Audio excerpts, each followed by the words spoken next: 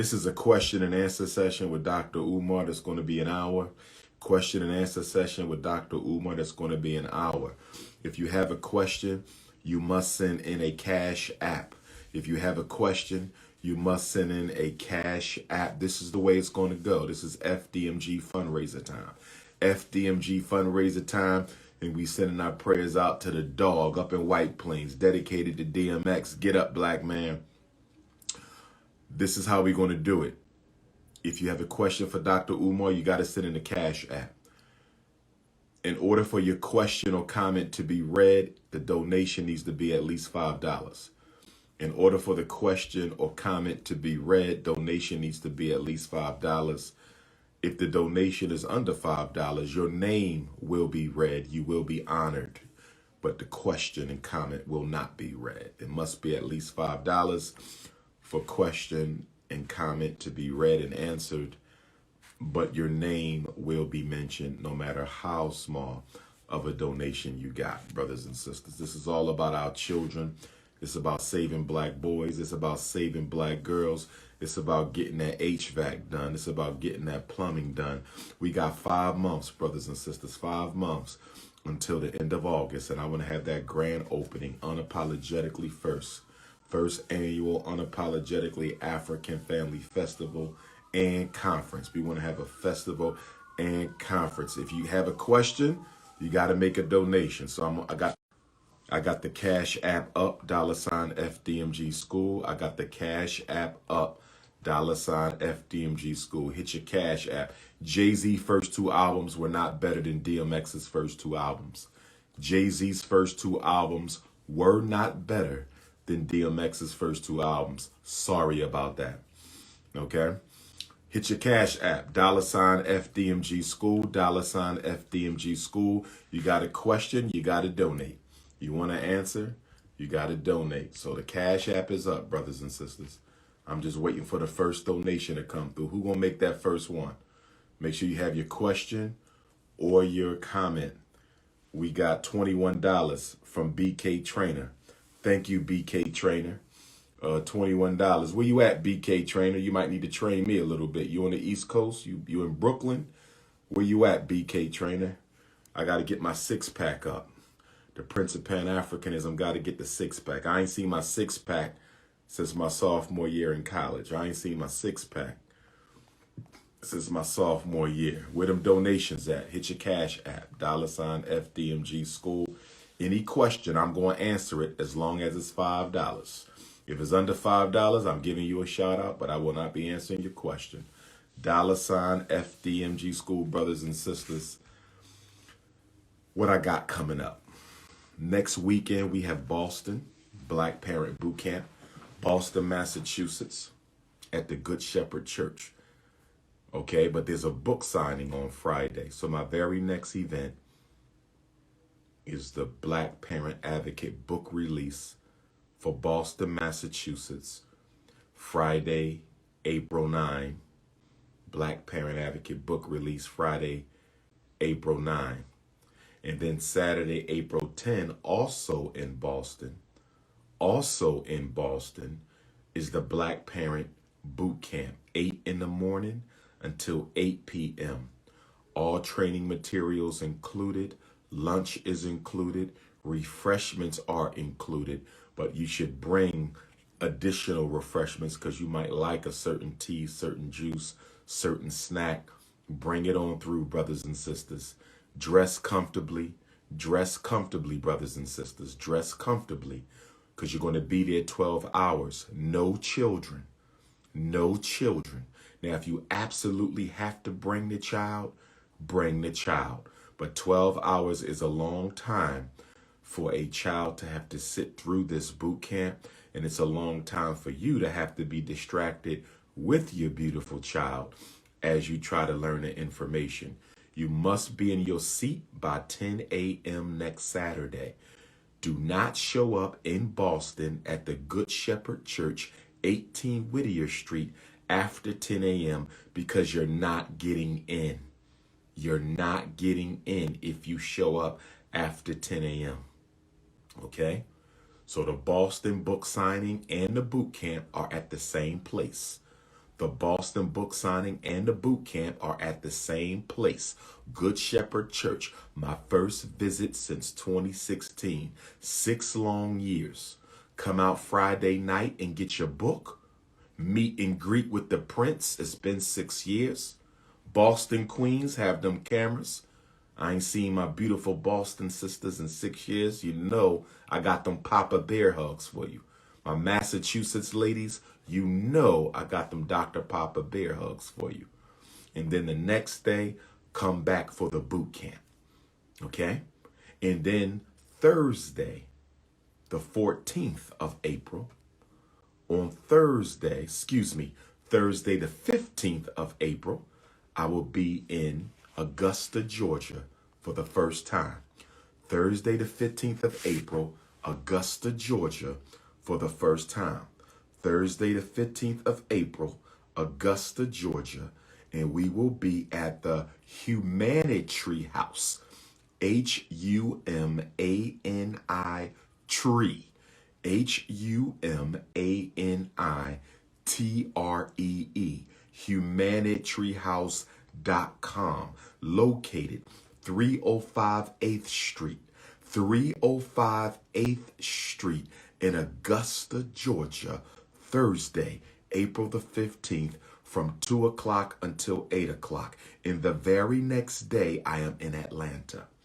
Augusta on Thursday, Atlanta on Friday. And on Friday, the 16th of April, we will be at 6385 Old National Highway, 6385 Old National Highway in Atlanta, 330 State of Black America Address in Unity, Raleigh. State of Black America Address in Unity, Raleigh, 330 in Atlanta, Friday, April the 16th, 6385 Old National Highway.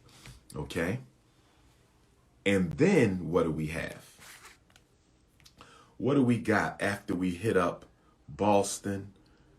Then we're going to hit up Augusta, Georgia. And then we're going to hit up Atlanta.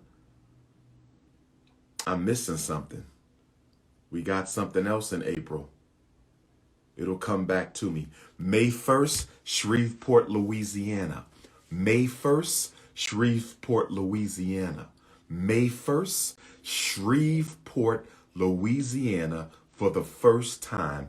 And I'm waiting for the details for the Shreveport lecture.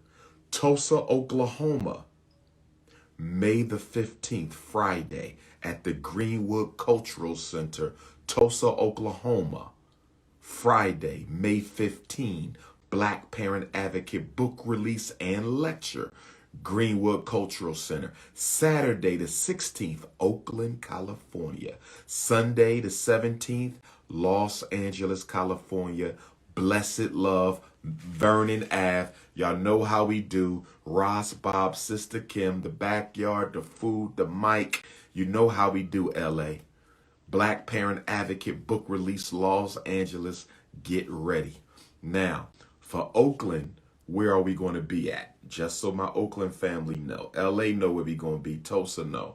Oakland, we're going to be at the Church of All Faith, 2100 Fifth Avenue. The Church of All Faiths, 2100 Fifth Avenue in Oakland on Saturday, May the 15th from 2 until 8. Now let me hit the Cash App. $ FDMG School. Let me read some questions. If you got a question, you got to hit the Cash App. Okay. Kahali Bakulu. Kahali Bakalu. Kahali Bakalu, $10. I have listed my question in the question box. What do you mean you listed your question in the question box? Where's the question box? Kahali Bakalu. I don't know where the question box at. Terrell Davis. Thank you for the $1 donation, Terrell Davis. Jarius Lyles, $10. Thank you, Brother Jarius. No question or comment from Brother Jarius. Keon Young, $5. Thank you, my brother. No question or comment from Keon. Omar Leslie, $10 donation. Thank you, my brother. No question or comment from Omar.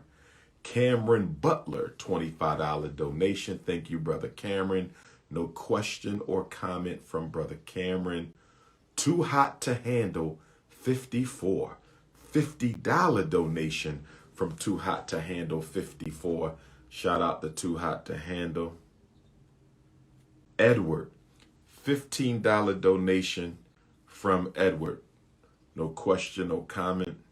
Robert Robinson, $40 from Big Rob.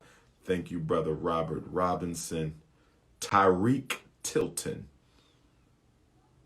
$5 from Brother Tyreek. Thank you, Brother Tyreek. Sister Tiffany Griffin, Ifatunde University, $50. Please explain the third rule of white supremacy. All right. So the first rule of white supremacy is that all Europeans are racist. And when we say all Europeans are racist, we are simply saying that all white people participate in the system of black oppression, directly or indirectly, consciously or unconsciously, and all white people benefit from the system of black oppression, directly, indirectly, consciously or unconsciously. So the first rule of racism is recognizing that it is a system in which all Europeans participate. All Europeans, there are no exceptions. All Europeans participate in the system of racism because racism cannot exist. It cannot continue. It cannot survive unless every white person participates. That's number one. Okay? And every white person derives a benefit from the system of racism as well. Do you understand? So whether they kill a cop or not, they benefit from the fact that the police are oppressing black people. Whether they participate in the underemployment of black people, it doesn't matter. They benefit from the fact they don't have to compete with those black people who are being systematically unemployed. Whether they are the judge or the prosecutor, it doesn't matter. The fact that so many black people are being locked up creates a domino effect of political and economic problems from which all white people benefit. So I want you all to understand, it doesn't matter if the white person is on the sideline or not. They still reap a benefit that none of them have refused to receive at all in history. Let me say that again. There is no white person who has ever given back their white privilege. If you know of a white person who has given back their white privilege, please let me know their name. I'm not aware of a single white person who has ever given back their white privilege. There's not a white person who does not enjoy privilege in this country, in this world, as a result of the stigmatization, dehumanization, exploitation of the black man and woman. So that's rule number one. All white people participate. All white people benefit from racism. Rule number two, okay? Racists don't share power with their victims. Rule number two, racists don't share power with their victims. White people have never shared power with black people. Never in history, never at the current time, never in the future. If you can name a corporation, if you can name a business, if you can name a country, if you can name a set of circumstances where you can show me where the white person shared power with the black person, I would like to know where it is.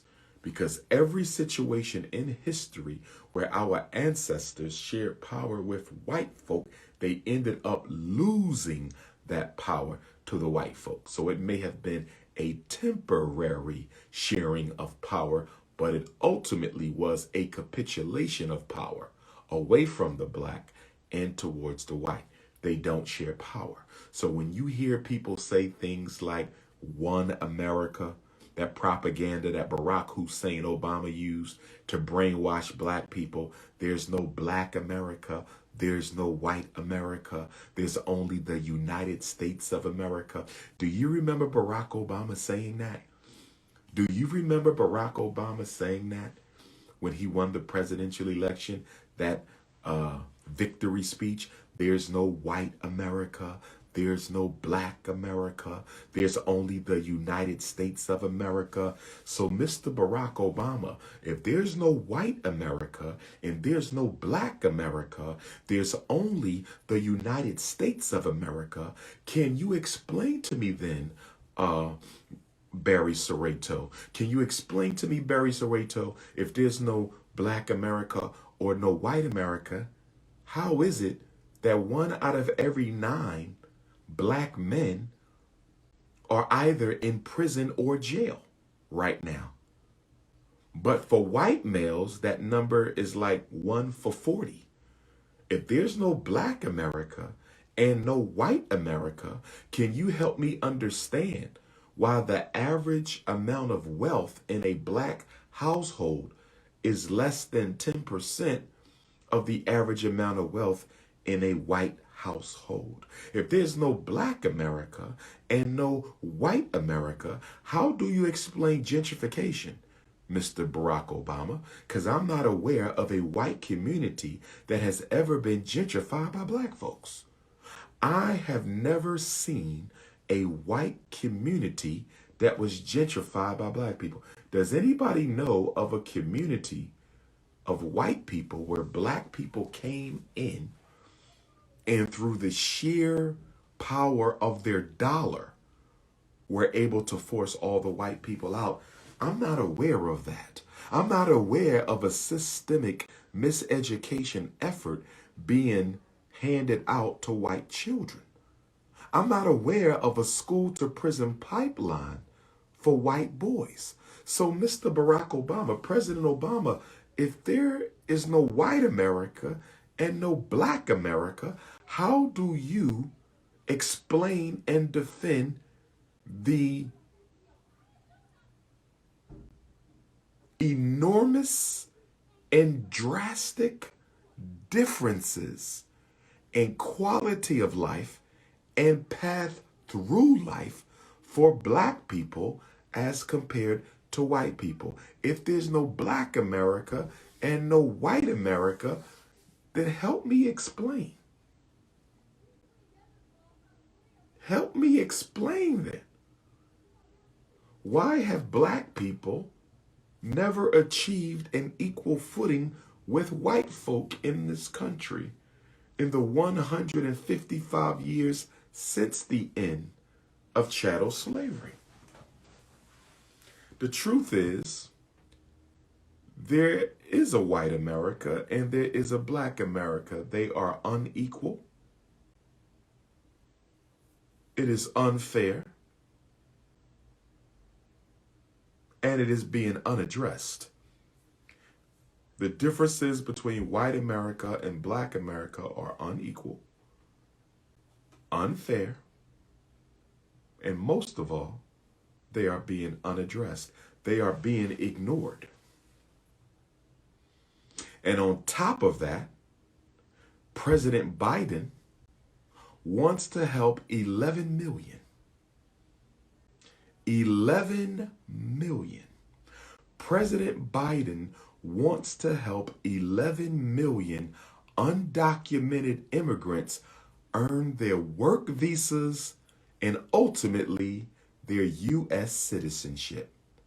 Why does President Biden want to help 11 million undocumented illegal immigrants get a work visa and a citizenship when half the black men in America are unemployed and can't find a job? So if half of the black men in America are unemployed and can't find a job, how did President Biden find time to help 11 million non-citizens get a work visa? How can they get a visa for work when black men can't find work? How can 11 million illegal immigrants get help from the president to get a working visa when half the black men in the country can't find work? And then he wants to fast track them to U.S. citizenship. My question for the president, what is the real reason you want to help these 11 million immigrants get their U.S. citizenship? I know part of it is that'll be 11 million votes for the next Democratic presidential candidate. I understand. Part of that is that will be 11 million votes for the next Democratic presidential nominee. I get that. But what are the other reasons? The most obvious and glaring reason is you want to use these 11 million immigrants to replace black people in the employment market. You want to use these 11 million undocumented immigrants to take the low-wage minimum skill jobs from black people. You intend to use these 11 million undocumented illegal immigrants for whom you will provide citizenship to replace black folk. There's 46 million Africans in America. There's 46 million Africans in America. When we take out the ones who are in prison or jail, we're almost to 40. So you're going to bring in illegal immigrants and give them a citizenship and a work visa. And you're going to bring in an amount of these illegal immigrants that is equal to roughly 25% of the black population. Why is Joe Biden rushing this? Why is it so important for Joe to bring in 11 million illegal immigrants, give them a work visa and citizenship, so they can replace black people? There is a Negro removal campaign that is in full effect. The only place America wants to see black people is in the cell or in the ground. If you are not in a jail cell and if you are not in the ground, you are a problem in this country. And they're going to give citizenship to these 11 million to make sure you can't even work at McDonald's. You can't even work at airport security. You won't be able to pick up the garbage or sweep the streets. They're going to shut us out. 11 million is a lot of people, brothers and sisters. He didn't say 1 million undocumented immigrants. He didn't say 2 million undocumented immigrants. He didn't say 3, 4, 5, 6, 7, 8, 9, or 10. He said 11. 11 million undocumented immigrants. He wants to give them work visa and citizenship, although he's done nothing to address the systemic and endemic problems that affect black America. Lord have mercy. And for those of you in the comments who are trying to make excuses, you're just a coon. And that's all right too. And that's all right too. And that's all right too. You love to argue your enemy's perspective. And that's all right too. That's all right too. That's why when we finally open FDMG, we got to have a coon conference. I want to get in a room with all the coons, and we just going to have a straight conversation with the coons. We have to address you all because you are a cancer in black America. We must deal with the coons. And then we're going to have a global coon conference, right? Because I am a Pan-Africanist. So we have to have a global coon conference. So we're going to bring all the coons from Africa and the coons from Europe and the coons from the Caribbean and the coons from the Americas and Australia and Canada and the South Pacific. And we got to have a Pan-African coon conference to address the coons. And we're going to try to rehabilitate some of you coons. We're going to try to rehabilitate some of you coons. But we got to find out what to do with those of you who cannot be saved, because you are a significant security risk to the survival of the Black liberation struggle. And what I find interesting about Joe Biden's 11 million immigration plan, which is basically a 11 million Negro removal plan, nobody's questioning the intention of this. The Democratic Party ain't said nothing. Congressional Black Caucus ain't said nothing. NAACP, Urban League, community-based organizations. Nobody's saying anything about this 11 million immigrant new citizen and work visa project of Joe Biden. Rule number 1, all Europeans are racist. Rule number 2, they do not share power with blacks. Rule number 3, to Sister Tiffany's question, the rules of racism. Rule number 3 to Sister Tiffany's question is, white supremacy is ruthless. Rule number 3 is ruthlessness. RUTHLESSNESS. Ruthlessness. Racism is ruthless. They will poison your water. They will give you COVID, and then they will turn around and give you a COVID vaccination. They will give you AIDS, Ebola. They will miseducate your kids, mass incarcerate your men, kill the babies in the wombs of your woman. Racism is ruthless. There is no moral code. There is no standard of ethics that is going to keep the European from achieving his agenda. He does not stop. No Bible, no Quran, nothing will stop the onslaught of global white supremacy. Nothing at all. You have to organize and fight it. It is ruthless. And that's why when you Negroes try to use a biblical interpretation of white racism, you're wrong.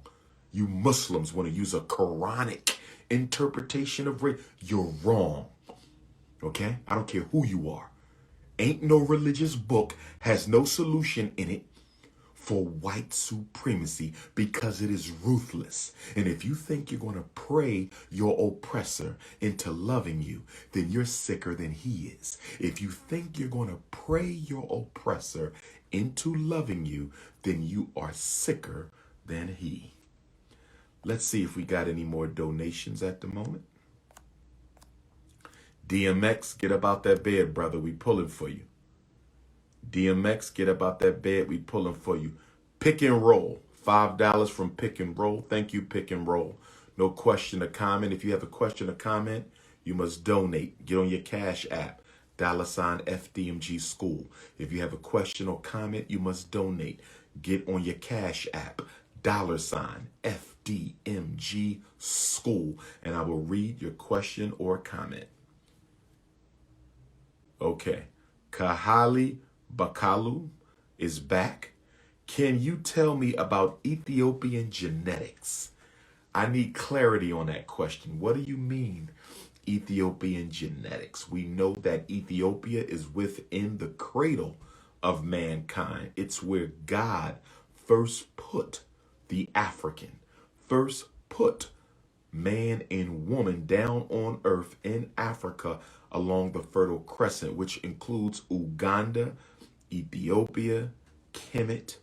Who else is in that Fertile Crescent? Kenya, Somalia, Eritrea, all up and down that Rift Valley is the Fertile Crescent. That's the birth of man. That's the original home of man. And so all of us have some East African DNA because all of mankind has an East African origin. I hope that helps, Kahali Bakalu. I love your name, Kahali Bakalu, and I hope I'm pronouncing it correctly.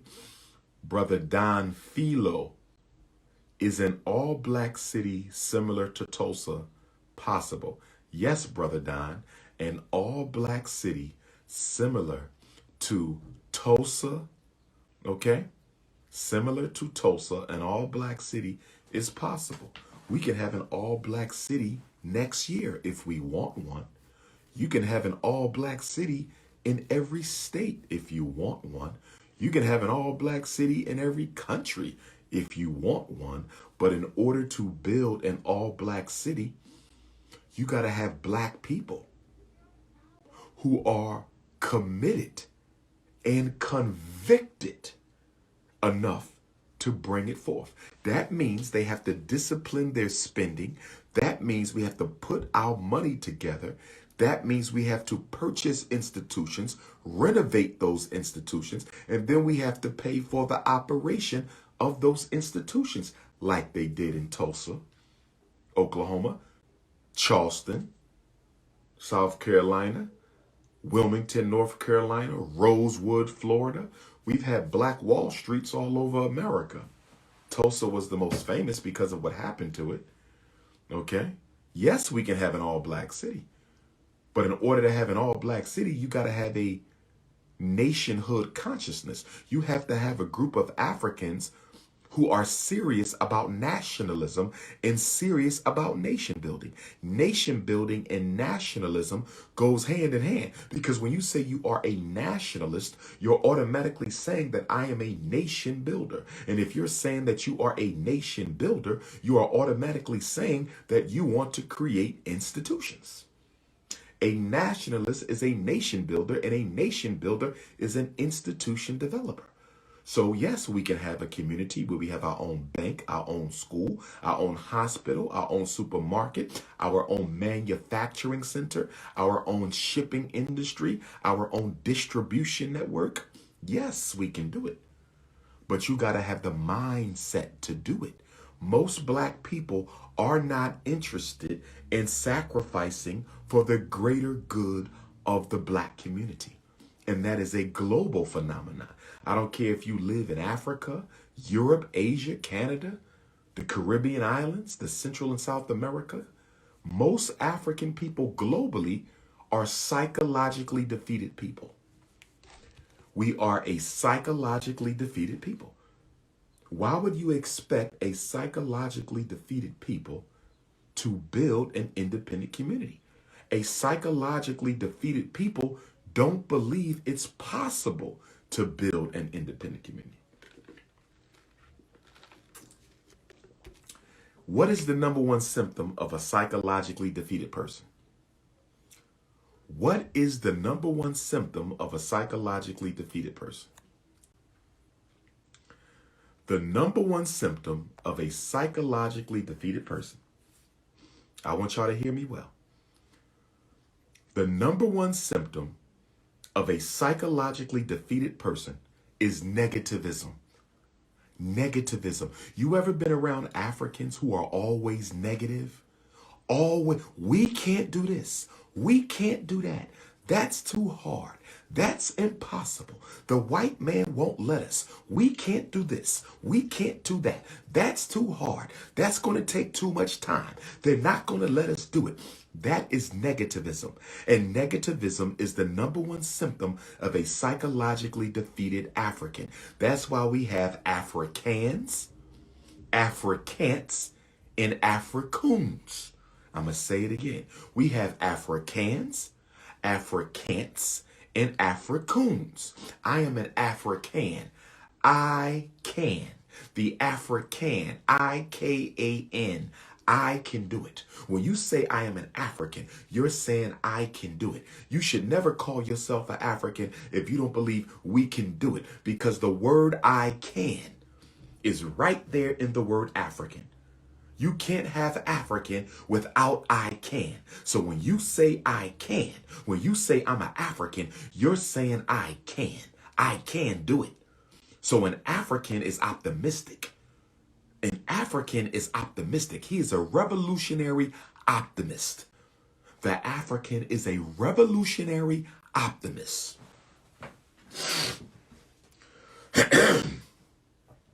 If you are not a revolutionary optimist, you are not an African, and you're definitely not a Pan-African nationalist.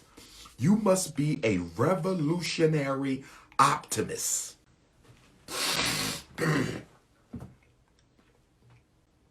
For the revolutionary optimist, the only question is how, not if. See, for the Africans, it's always we can't. We got a lot of Africans around. All they do is doubt. They're useless. Get rid of them. They will infect the whole group with their negativism. A Pan-African LGBTQ internationalist. Okay, so you're a socialist. You are a socialist. And I respect your Pan-Africanism. But the problem with you Pan-African socialists, the problem with you Pan-African socialists is all of you are integrationists. You accept anybody and everything as long as they want to smash capitalism. The problem with you Pan-African socialists, I respect your Pan-Africanism. But the problem with you Pan-African socialists is you are really integrationists. You're really integrationists. You want to hold hands with everybody. You are Pan-African integrationists. That's what you are. There's no such thing as a Pan-Africanist LGBTQ. There's no such thing as that. It's impossible. It's a total contradiction. And so I need you Pan-African socialists to get your act together and stop pushing integrationism within the Pan-African movement. You're contradicting the intentions of this struggle.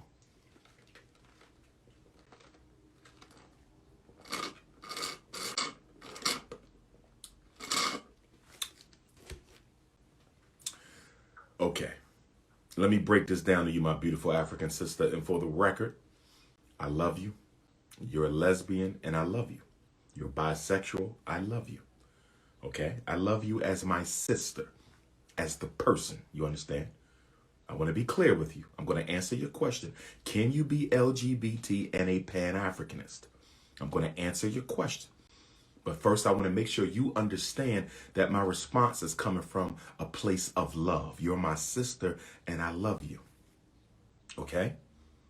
Gay or straight, I love you. The person I love. The behavior I reject. Okay?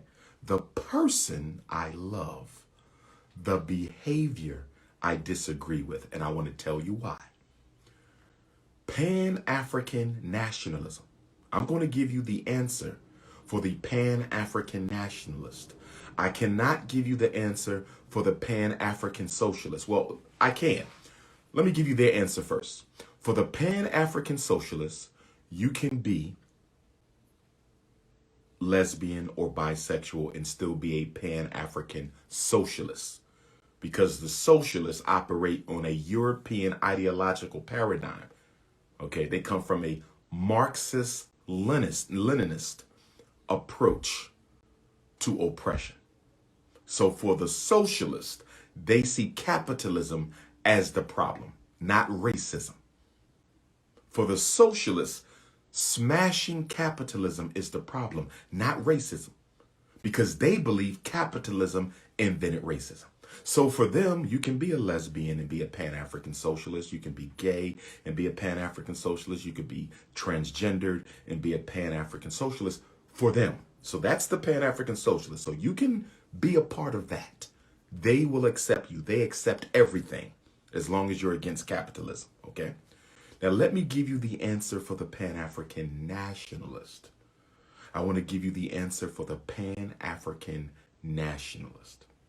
For us, again, sister, I love you. I love all of our people. Gay or straight, I love all of our people. Gay or straight, but I disagree with your behavior.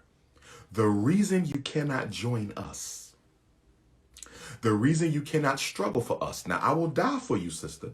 I will fight with you. I will fight for you if anyone tries to harm my black sister. But the reason you cannot join this movement is because the word nationalism is derived from the word nature. Nationalism and nature have the same root, which is nat, N-A-T, okay? Nature and nationalism come from the same root, which is nat, nature. And part of naturalness and nature and nationalism is to procreate, to repopulate. You understand? Okay?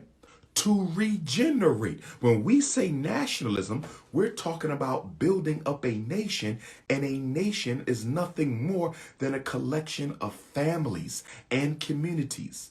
If there's no family, there's no community. If there's no community, there's no nation. So a nationalist, at the core of his being, is a promoter of traditional black family. I want you to understand me, sister. I want you to understand, overstand, and understand your brother. I want you to understand, overstand, and understand your brother. As a nationalist, I am a supporter of nature. And as a nationalist, I am a supporter of the black community. And in order for there to be a black community, there must be black family. So a nationalist is a proponent of the traditional black family. The word nationalism and nature come from the root, nat, okay? To do as nature intended, to repopulate, to regenerate, to create families and expand those families into communities and expand those communities into nations. So here's the question, my sister. If a nationalist is a proponent of nature, and if a nationalist is a proponent of the traditional black family, because there's no nation without the community, and there's no community without the traditional black family. So my question to you, my beautiful African sister, if you are engaged in a relationship of same gender, which means you cannot repopulate yourself, you cannot reproduce yourself with your mate who is of the same gender. That black man who's dating another black man cannot reproduce himself naturally with that black man. The black woman dating another black woman cannot reproduce herself naturally with that other woman. So as you can see, the mere fact that you have chosen to live your life in a situation that does not allow for nature to take its course by way of your lifestyle, then represents a contradiction for the pan. Your lifestyle then represents a contradiction for the Pan-African nationalist. Do you understand? That's why you can't be with us. We love you. We will fight for you. You're a black woman. I will respect you. I respect your mate. You understand? You are human beings. You are my sister. All of us have some sort of psychological issues as a result of white supremacy, slavery, and the Ma'afa. But politically, I love you as a sister. That's family. But politically, you cannot struggle because it is a contradiction. You are promoting behavior that is antithetical to the best interests of the black community. You are promoting lifestyle choices that undermine the best interests of the black community. So my sister, as you can see, I don't hate you. It's not about disrespect. We got to understand each other. Now, you can still struggle with the Pan-African socialists. They accept everybody, okay? Anybody can go be with the Pan-African socialists. But for the Pan-African nationalist, no. Traditional African family structure is a foundational principle for the revolutionary Pan-African nationalist. I say it again. Traditional black family structure is a foundational principle for the revolutionary Pan-African nationalist. I love you, my sister. I hope to meet you one day. Let's sit down and have a conversation. You know what I'm going to do? I'm going to have a DR.UMAR town hall with the lesbian and bisexual sisters.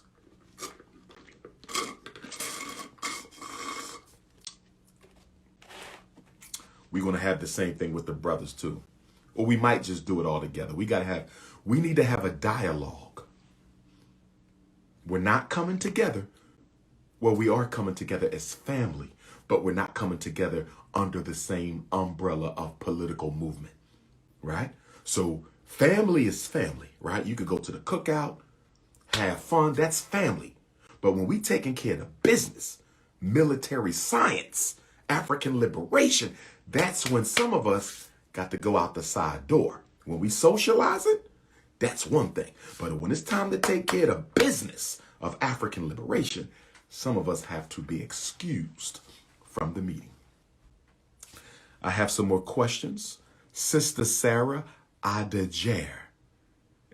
Adajere. These are some beautiful names. Please forgive me if I'm mispronouncing them. Thank you, Sister Sarah, for your $10 donation. Brother Michael, $5. Thank you, Brother Michael. Kahali Bakulu. Kahali Bakalu. Is it possible to have a phone conversation? Yes. Are you a brother or a sister, Kahali? I'm not sure if Kahali is masculine or feminine. This is what you do, Kahali. Text my phone.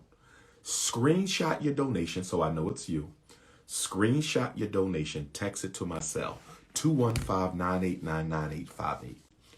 215-989-9858. And I will oblige you with a telephone conversation in the next 24 hours. Kahali Bakalu. Thank you for your third donation, Kahali. For my lesbian sister, did I answer your question? Okay. George, $75 donation. Thank you, Brother George. Thank you, Brother George. Deshaun Spencer, $5. Thank you, Deshaun. Yvonne Kerbeam, $100. Thank you, Evan Kerbeam. That's a very interesting last name. I never saw that. Evan Kerbeam, very unique name. Thank you, Evan. Desmond, for Southern Company booking impact over intentional.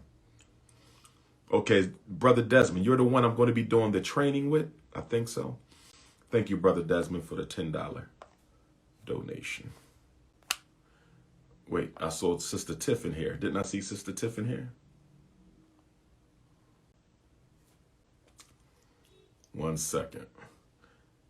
I thought I saw Sister Tiff twice. Maybe not. Okay. Tamir, what are your views on polygamy? Okay. Now you want to get me in trouble with the ladies, Tamir. Tamir donated $5, so he's entitled to have his question answered. What are your views on polygamy? Tamir, let me say it this way. In America, in the United States of America, if we married every able-bodied black man to every able-bodied black woman, there would be 2 million black women left without a husband. Let me say this again. This is the premise of why I support polygamy. To rebuild the black community, not to fulfill anybody's appetite for lust. I want to be clear. If you married every able-bodied black man to an able-bodied black woman, there will be 2 million. I didn't say 1,000. I didn't say 200,000. I said if you married every black man to a black woman, there would be 2 million black women left without a husband. And my question to the black community, my question to those who do not want to entertain the polygynous conversation, what are we to tell our 2 million black sisters here in America? What are we to tell them when there's no men remaining to become their husbands? What do we tell them? You know what they're going to do? Let me tell you what's going to happen. And this has nothing to do with morals or ethics. This is sociology, the behavior of groups. Those women are going to share other women's husbands. You know why? Because there's not enough to go around. This is a numerical, political, sociological reality. There's not enough able-bodied black men to go around. And guess what, Tamir? When you account for the incarcerated black men, because we didn't account for that. When you account for the homosexual brothers, and when you account for the transgender brothers, guess what? That 2 million goes up even higher, probably closer to 3 million black women won't have a husband. So what are we going to do for those 2 to 3 million black women who don't have a husband? You have to. They have a God-given right to be married. They have a God-given right to have a husband. They have a God-given right to have children. So what do you do for them? And if our beautiful black sisters have an answer, I'll love to hear it, as long as the answer is realistic and reasonable. Telling them to go to Africa and get a husband when most of them don't even think they're African, it's not realistic or reasonable. Keep in mind, a lot of our sisters here in the States have bought into this ridiculous notion that they don't come from Africa, right? They were already here. So since they're not African, they're not going to the Caribbean to get a husband. They're not going to Africa to get a husband. So what do we do with the 2 million unmarried black women who want families? You're going to have to let some people share. Because if you don't create a system of sharing, they will create a de facto dysfunctional system of sharing. And that is exactly what we have in America. Once we create a system of polygyny, men can stop lying. Men can stop lying. And women can stop sneaking. I'm going to say it again. Once we create a respectable, accountable, responsible system of polygyny, men can stop lying and women can stop sneaking. Now, let me say this. I've had sisters tell me that, Dr. Umar, I've been in a polygamous arrangement. My man had 2 women, 3 women, 4 women. Dr. Umar, I was taken advantage of in my polygamous. Well, here's what I want you to know. If you did not consent to the relationship, it was not polygynous. That's what I call monogamous. Polygamous and monogamous are 2 different things. Polygamy and monogamy. Monogamy. That's a word that Dr. Umar coined. My nigga me. My nigga me. My nigga me is a man with multiple women. That's not polygamy. Polygamy is not a man with multiple relationships. Let me explain something to you. Let me explain something. Polygamy is not a man with multiple women. Because a pimp has multiple women. A pimp has multiple women. A serial monogamous has multiple women. Polygamy is not simply having multiple women. That's monogamy. My niggas and me. My nigga me. Okay?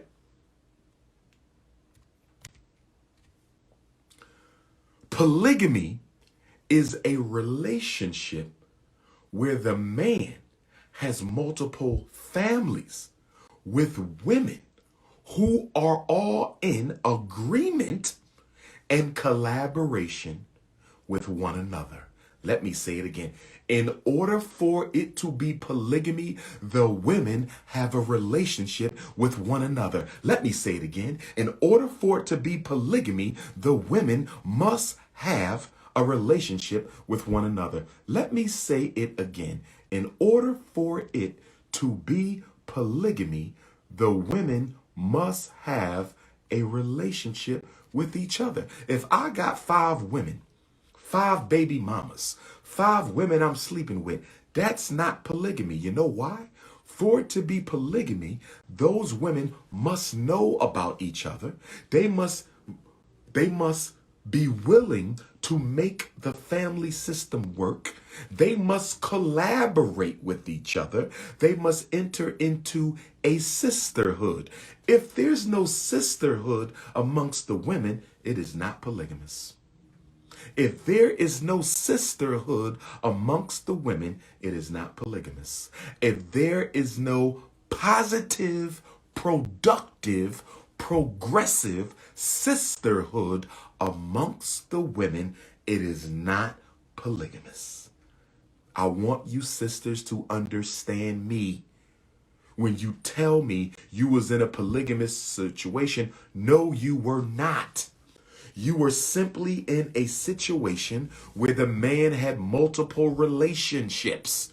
In polygyny, there is one family and one sisterhood. You did not have that. So you were not in a polygynous situation. You were in a monogamous situation.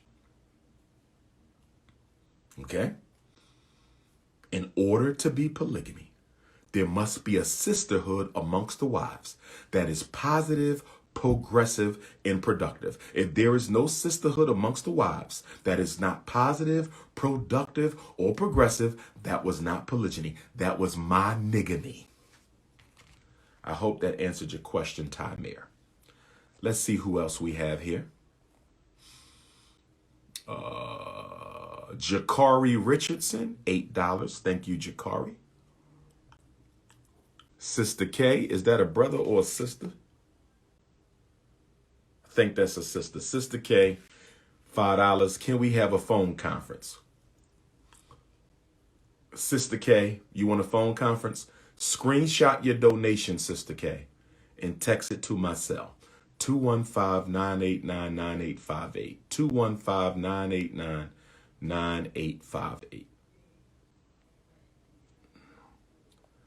Akila, Sister Akila, can I request the phone? What all these sisters want these phone calls? All the sisters want a phone call with the prince. Go ahead, Sister Akila, screenshot your donation, baby, and text it to my phone. 215-989-9858. What y'all want to talk about on these phone calls, my sisters? Are these wifey resume interviews? Yamalet. I think that's a brother. Nah, that's a sister. Yamalet, $5. Thank you for the free education. Thank you, Sister Yamalet. That's a beautiful nose ring you got there. Beautiful nose ring. Okay, we'll wait for some more donations. We'll wait for some more. Okay, Sarah is back. Sister Sarah is back. How can I help my teen son get over his absent dad? Okay. I don't like the wording, Sister Sarah. I don't like the wording. How can I help my teen son get over his dad? He can't get over his dad. As a teenager, he desperately needs his father. So my question to you would be, how can we get him reconnected with his father? And you know Dr. Umar's position. There is almost no excuse to justify why a father cannot spend time with the child. If supervised visitation is necessary, then let it be supervised visitation. But there is no justification for why a father can't spend time with the child, okay? Unless the father is physically, emotionally, or sexually abusive to the child, he should be able to see that child. Where is the dad? Maybe we need to have a three-way conversation with the dad. Okay, Sarah? I need a little more information. Your son might need some counseling. He might need a big brother to spend some time with him. I don't know where you're based. But Sister Sarah, if you send me a text message, let me know where you're based. Maybe I can link you up with some organizations that provide services and programs for our young brothers. That might be the way to go, Sister Sarah. But we don't want him to get over it. We want him to get on with a relationship with his father. We got to connect him. And I'm going to hope and pray, Sister Sarah. And I don't believe you're guilty of this, but I'm going to hope and pray that you're not doing what some of our sisters out here do. We have a lot of bitter, black, radical, reactionary, female, feminist, single mothers who sabotage the relationship between children and father, who disrupt the relationship between children. A lot of you black women out there, not all of you, but there's a lot of sisters out there who are keeping the children away from the father because he did not choose you. I went through that myself. I had to go through that myself. Dr. Umar went through that. where the mother of my child kept me from my child because I did not choose her. Black woman, don't punish your child. Do not punish your child because you're angry at the father. That's not fair and that's not right. Don't do that. Don't do that. Stop punishing your children because you're angry at the father. Okay? But Sarah, if you reach out to me, we can have a conversation and maybe you, I, and the father can have a dialogue on a three-way to see how we can get him involved in his father's life. Let's see what else we got here. Okay, Jeremy Rayson, $3. Unfortunately, Brother Jerry, your donation has to be $5 in order to get your question answered, Brother Jeremy. So, Brother Jeremy, if you send in $2 more, you can ask your question. Okay? But brothers, we got to be responsible too. Just like I have to take responsibility, you understand? For my decisions that led to that situation. You all black men, part of being a man is being responsible. A lot of women will act like what you want until they get you. A lot of women will put on that Halloween Hotep costume. I've had a lot of women put on the Halloween Hotep costume until they get you. And once they get that ring or that baby, that Negro comes out. And when that Negro comes out, she don't go away. So be more responsible. Control your lust. Choose your woman for longevity. Make sure you're choosing a woman for what she's bringing to the table and what she's bringing into your life. Don't go off the looks because she's not going to look good forever. Don't go off the looks. She's not going to look good forever. Brothers got to do a better job. Brothers got to do a better job. Tiffany Griffin is back. Why do black daughters and mothers have discord? This is a great question because this is a great observation I've made over my 20 plus years being a therapist. Why do black daughters and mothers have discord? 3 reasons that black mothers and daughters have discord. There's a lot of reasons, but I'm going to give you 3.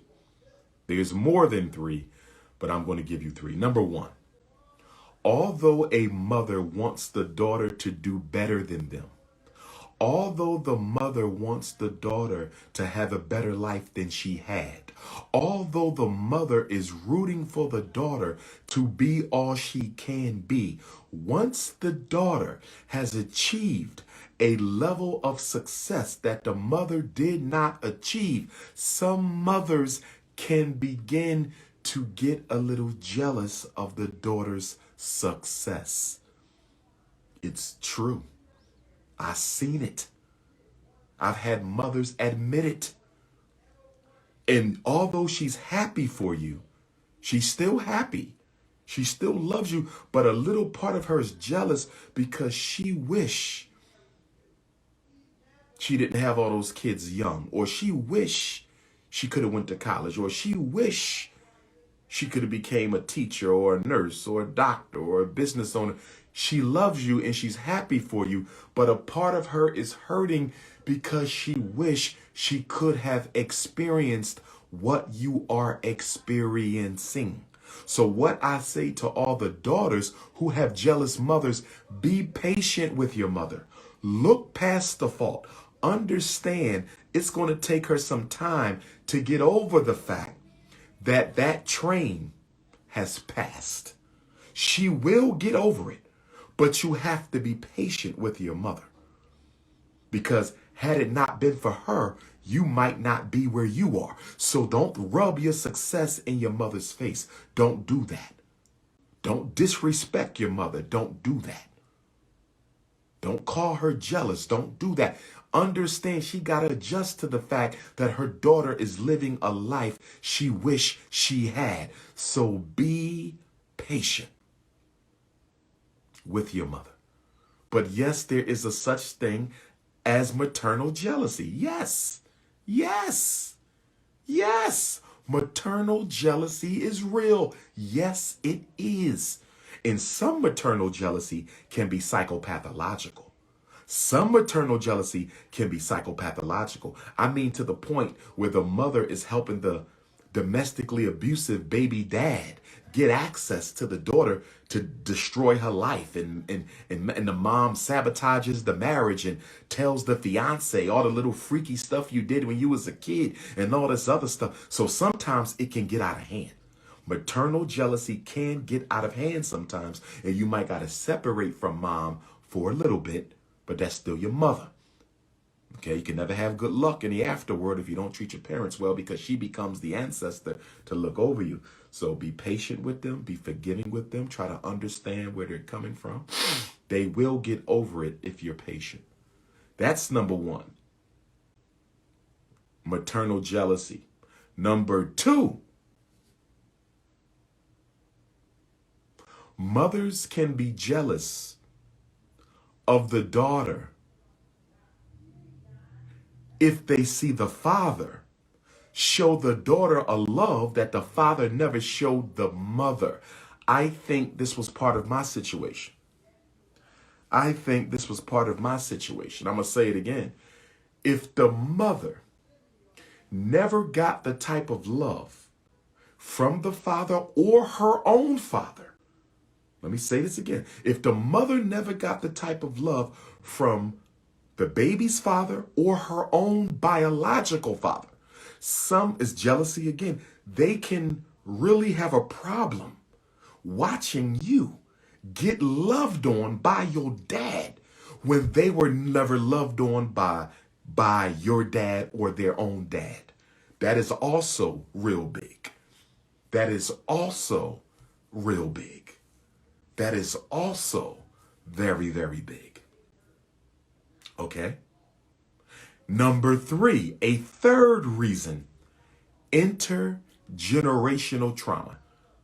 Intergenerational trauma. If your mother was verbally and emotionally abused by her mother, she will pass it on to you unwillingly because she don't know how to get rid of the bad habit. In other words, your mom ain't jealous of you. Your mom ain't jealous of your father's love for you. But your mother had a mother who had some problems, who abused your mom. And through intergenerational trauma, the mother is now replicating the same abuse that she received, because although it is traumatic, it's the only thing she knows. A lot of abusive parents are abusive because they don't know how to stop being abusive. This is why we need the Frederick Douglass Marcus Garvey Academy, because I'm going to be teaching these classes and I'm going to be holding these support groups. Your mother may have been abused by her mother and might not know how to stop. And that's where DR.UMAR and the psychologists and psychiatrists and social workers and counselors have to come together and help our family. And we got to get this black mom, black daughter relationship together. Because in my experience, one of the biggest reasons for teenage pregnancy, one of the biggest reasons daughters date older men, one of the biggest reasons they rush out to live with a man is to get away from the abusive mother. Sometimes the abusive mother is the reason she's having premarital sex. Sometimes the abusive mother is the reason she's spending nights out with her boyfriend. Not because she's sexually promiscuous, not because she's hot in the pants, but she wants to get away from the abusive mother. See, when I wrote my books, some of you said, and I want to clear this up. I hope that answered the question, Sister Tiff. I'm going to do a book on that too. And ladies, I'm still working on for sisters only relationships and dating. Ladies, one day I'm going to hold up the For Sisters Only Relationships and Dating book, and I'm going to do the For Sisters Only Relationships and Dating tour. And you are going to love the tour. It's going to be comedy. It's going to be realism. And it's going to be a coffee house setting, and only women, biologically born black women only. Biologically born black women. Triple B WO. If you are not a triple B WO, you cannot attend the For Sisters Only Comedy and Consciousness Conversation. You must be biologically born black woman only. Triple B WO. Hashtag BBBWO. Hashtag BBBWO. Biologically born black women only. And I might add with some, never mind. Anyway, curvy, conscious. Curvy and conscious. Listen, I want to deal with something. I have been attacked by a few jealous scholars who don't have the level of preeminence in the black consciousness movement that I do. And I've been attacked by coons. And they say, Dr. Umar has written 2 books. 2 books. And we trying to understand how this man wrote 2 books and he doesn't have a bibliography. There's not a single citation inside of Black Parent Advocate. So how can Dr. Umar write a 500-page book without a single citation? I want to answer that question. I have been studying mental health since I was a 17-year-old freshman in college. I have been in the mental health field for well over 20 years. I have participated in the standardization of tests. I have served as an expert witness in due process hearings. I have evaluated thousands of children. I am an expert.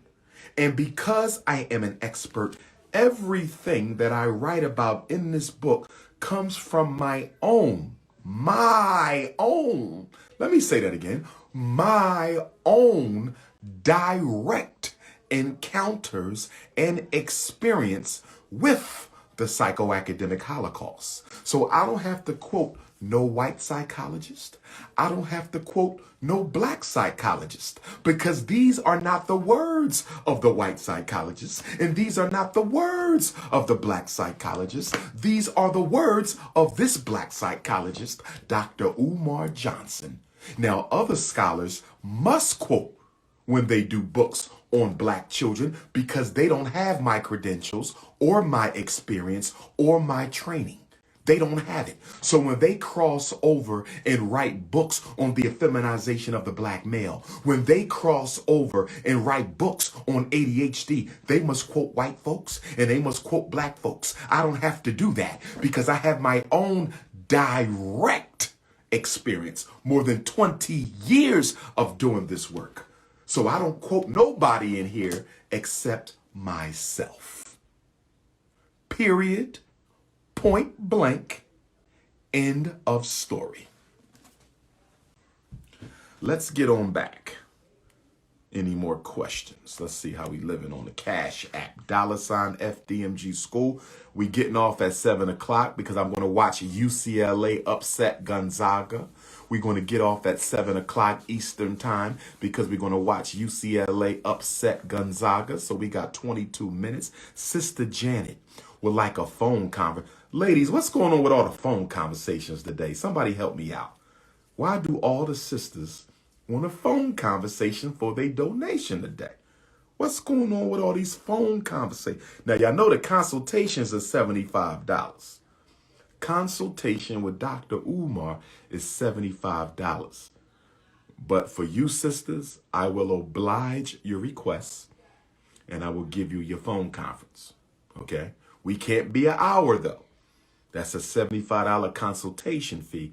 but we can do a nice 10-minute conversation. So Sister Janet, screenshot your donation receipt, text it to my phone, and I will be reaching out to you in the next 24 hours.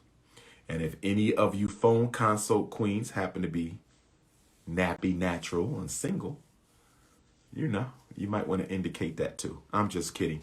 But let us get back. Politics is always over everything else.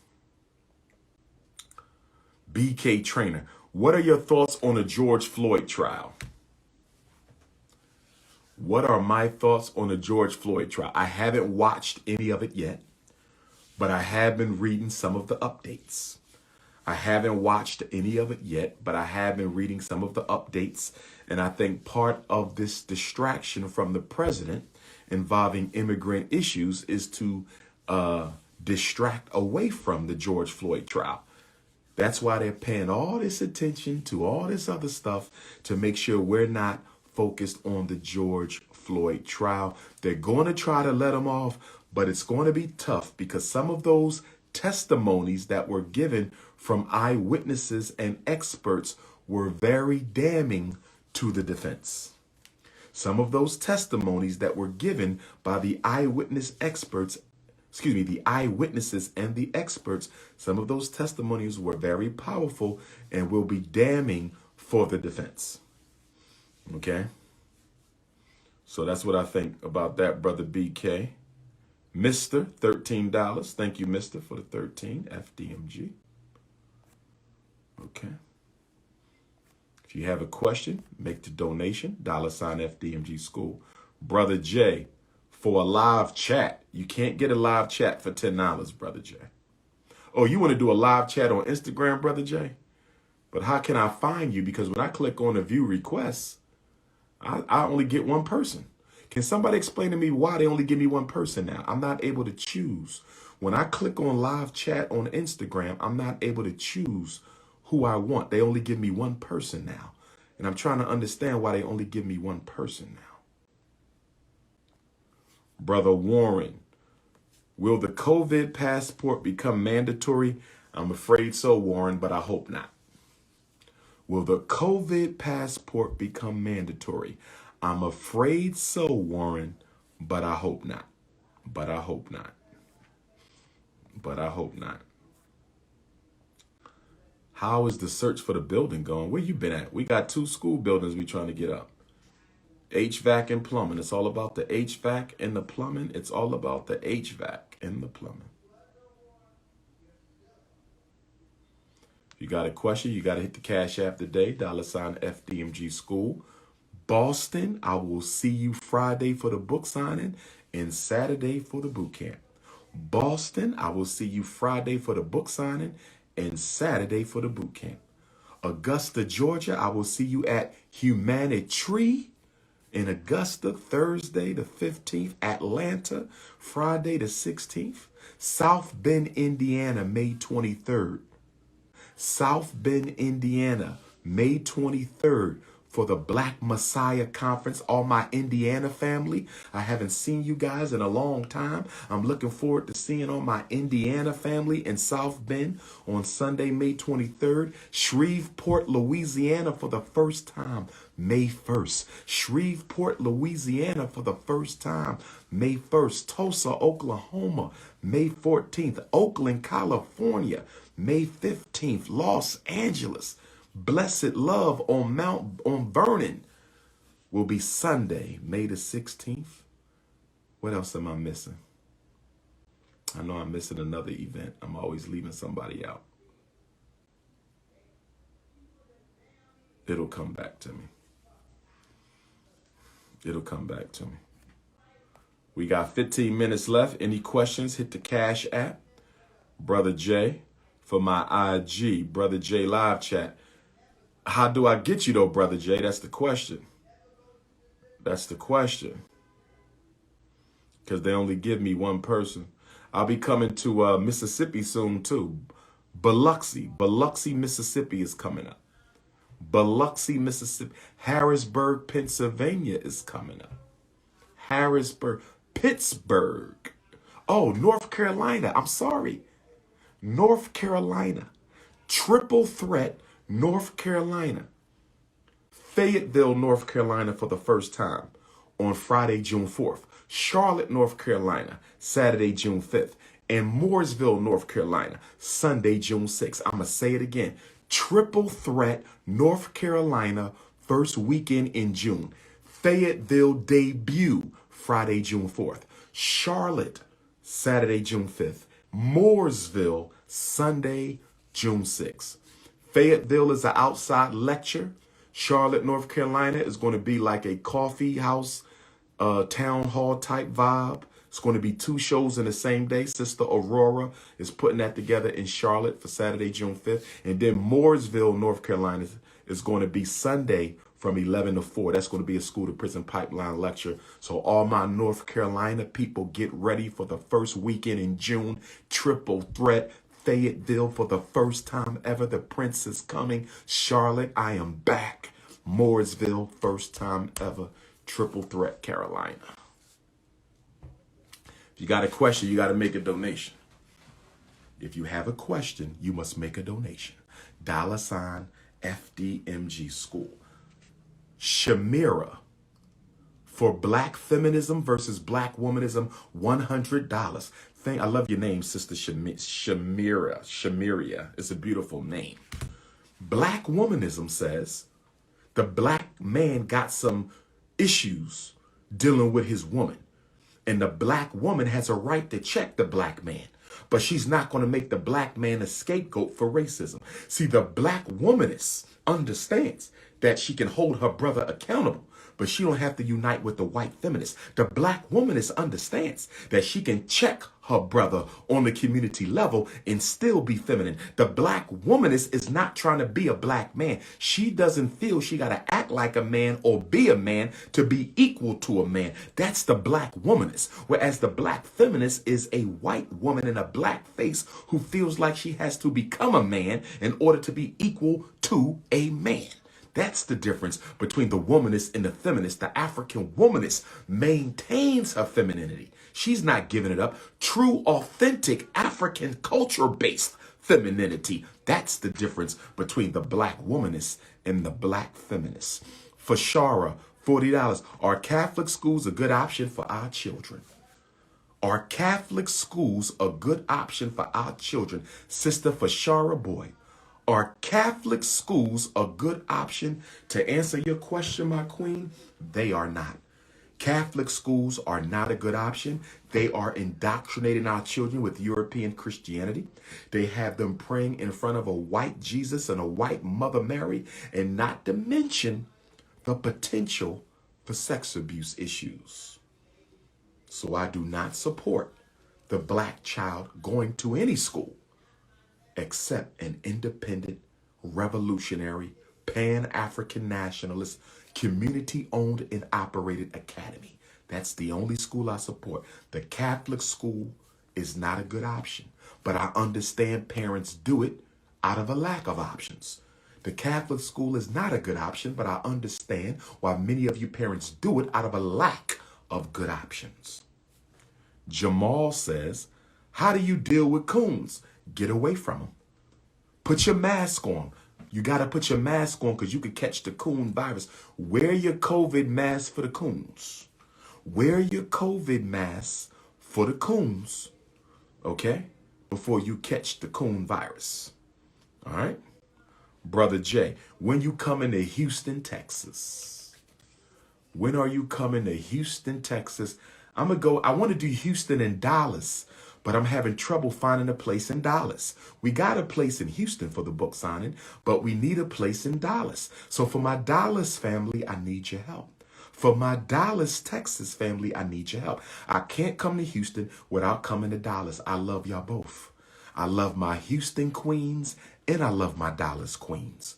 I love my Houston queens and I love my Dallas queens. And I stand in solidarity with my Houston kings in my Dallas Kings. If I come to Houston and don't go to Dallas, that's not going to look right, because both of you Texas towns have held me down. So if you live in Dallas and you have a place in Dallas, Texas, or Fort Worth, Texas, where I can come and do the book signing and lecture, text my phone. Dallas, Texas, we need a location so I can do the Houston-Dallas doubleheader. I got a double header in California. I got a triple header in Carolina. I got a double header in Georgia. We need a double header in Dallas. Who got a space for me in Dallas? Book signing and or lecture. I need my Dallas queens and Dallas kings to stand on up. Oshuare. That's a pretty name. Oshuare. These are some beautiful names. How do you feel about ADOS? How do you feel about ADOS? ADOS is an acronym that stands for agents, distractors, opportunists, and saboteurs. I do not support ADOS. I don't support any movement that puts a wedge between me and my African European brothers and sisters. I don't support no movement that puts a wedge between me and my African continental brothers and sisters. I don't join no movement that puts a wedge between me and my African Caribbean brothers and sisters. I won't join no movement that puts a wedge between me and my African Caribbean brothers and sisters, my African Canadian brothers and sisters, my African Australian brothers and sisters, my African Central and South American and South Pacific Islander brothers and sisters. ADOS is a tool of division and distraction.